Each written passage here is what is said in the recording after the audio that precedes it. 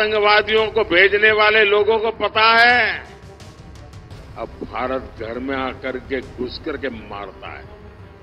अब भारत घर में आकर के घुस करके मारता है।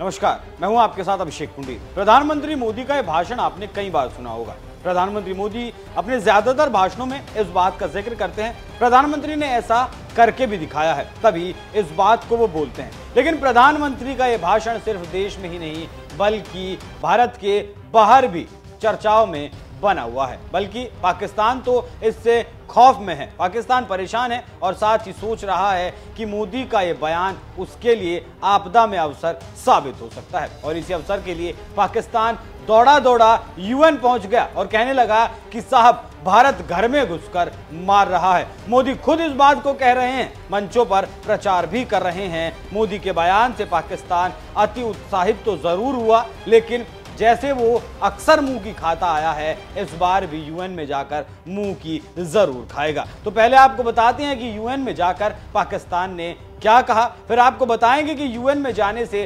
पाकिस्तान कैसे अपनी इंटरनेशनल बेइज्जती करवाने वाला है। पाकिस्तानी राजदूत मुनीर अकरम ने कहा कि भारत उसके देश पाकिस्तान में घुसकर लोगों को मार रहा है। उसके बाद मुनीर ने मोदी को कोट करते हुए कहा कि मोदी का कहना है कि आज भारत के दुश्मन भी जानते हैं कि ये मोदी है, ये नया भारत है, ये नया भारत आपके घर आता है और आपको मारता है। मोदी की बात को पूरा करने के बाद मुनीर ने कहा कि ये नया भारत एक खतरनाक इकाई है, ये सुरक्षा नहीं बल्कि असुरक्षा की गारंटी देता है।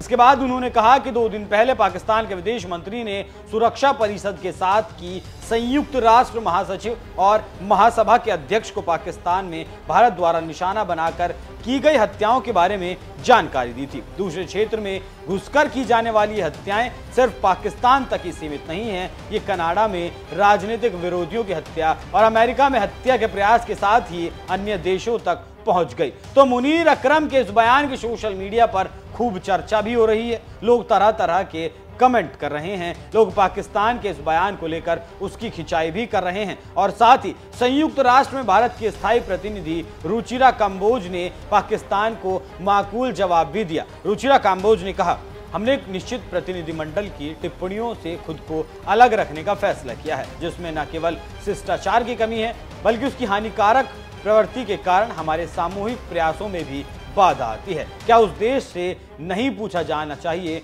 जो सबसे संदिग्ध ट्रैक रिकॉर्ड रखता है? पाकिस्तान आतंकवाद के जरिए हर तरफ कलह फैलाता है, शत्रुता पैदा करता है और दुनिया भर में सांस्कृतिक और धार्मिक परंपराओं की वकालत करने वाले सम्मान और सद्भाव के सार्वभौमिक मूल्यों को कमजोर करता है। तो पहले तो पाकिस्तान को यह समझ लेना चाहिए कि पाकिस्तान, कनाडा या किसी और देश में भारत के आतंकियों की जो हत्याएं हो रही है उसमें भारत का हाथ नहीं है। इन हत्याओं के बारे में भारत साफ शब्दों में इनकार कर चुका है, लेकिन पाकिस्तान मानने को तैयार नहीं। और पाकिस्तान जिस कनाडा की तरफ ध्यान दिलवाना चाहता है उसके पास भारत के खिलाफ कोई सबूत नहीं है और भारत पर आरोप लगाने के बाद यही कनाडा घुटनों के बल भी बहुत जल्दी आ गया था। झूठे आरोप पाकिस्तान कहीं साबित नहीं कर पाएगा। वैसे पाकिस्तान को मोदी के बयान से इतना तो समझ लेना चाहिए था कि मोदी सर्जिकल स्ट्राइक और एयर स्ट्राइक की बात कर रहे थे, ना कि पाकिस्तान में हो रही भारत के आतंकियों की टारगेट किलिंग के बारे में। और हाँ, कम से कम अब तो पाकिस्तान को समझ लेना चाहिए कि ये वो भारत नहीं है जब कांग्रेस के नेता चीन में जाकर शी जिनपिंग से मुलाकात करते थे और मात्र 2 महीने के बाद ही 26/11 जैसा घिनौना कांड हो जाता था और कांग्रेस के नेता वोटों की भट्टी में हेमंत करकरे जैसे अफसर को झोंकने से परहेज नहीं करते थे।